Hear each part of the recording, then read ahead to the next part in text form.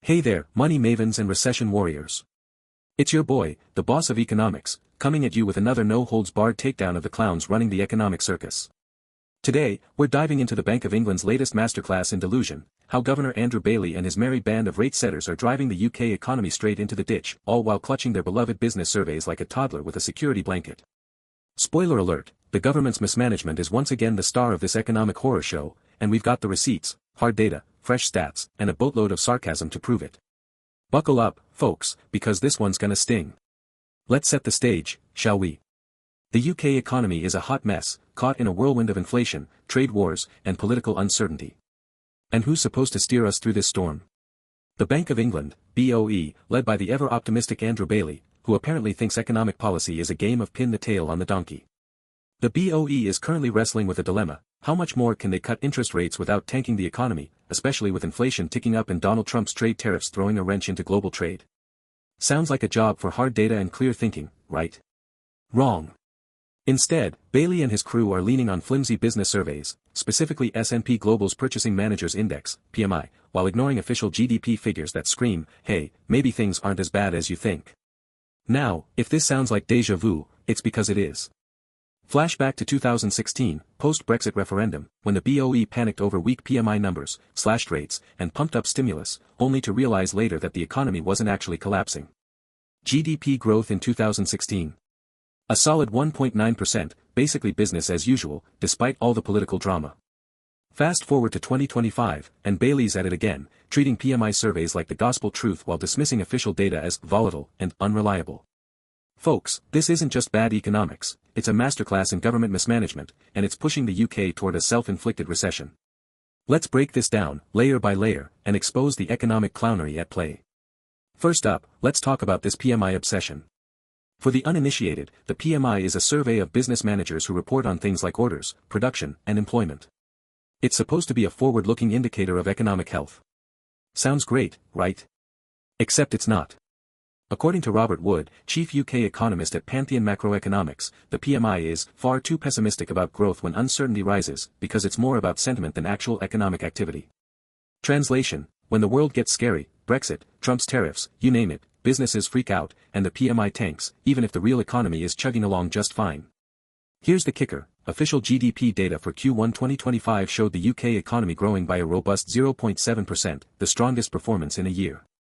Services, which make up about 80% of the UK economy, were a key driver, alongside manufacturing, which got a temporary boost from companies rushing to beat Trump's tariffs. But what does the PMI say? Zero growth in Q1, followed by a dip into contraction in April, and a flat reading in May.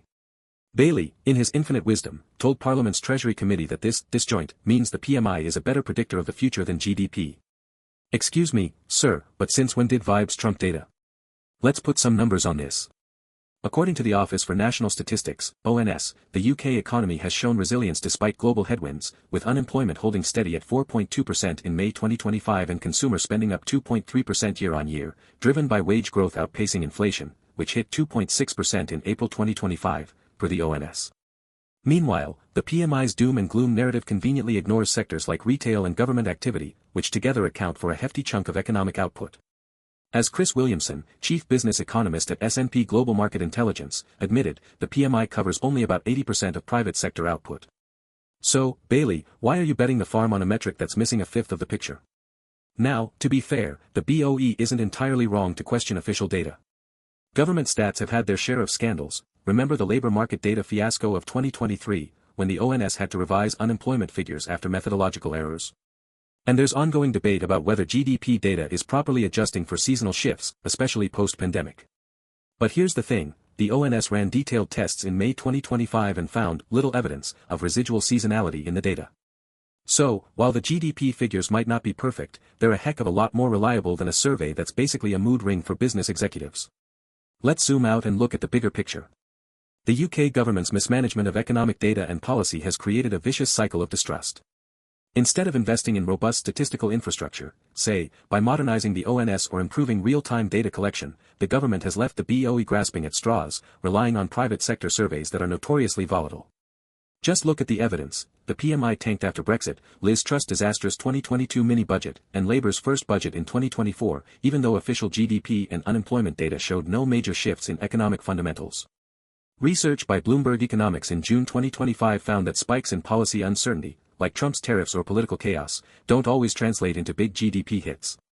So why is Bailey acting like the PMI is the Oracle of Delphi? Here's where the rubber meets the road, folks.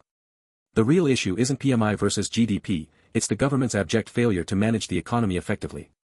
Let's talk about inflation, which ticked up to 2.6% in April 2025, above the BOE's 2% target. This isn't just a cost of living crisis, it's a policy failure. The government's dithering on energy subsidies, combined with its inability to shield businesses from Trump's trade war, has left the economy vulnerable.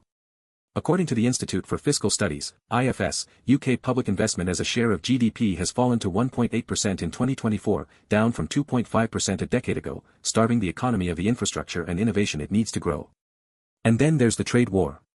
Trump's tariffs, which hit UK exports hard in early 2025, are a direct result of the government's failure to secure a post-Brexit trade deal with the US.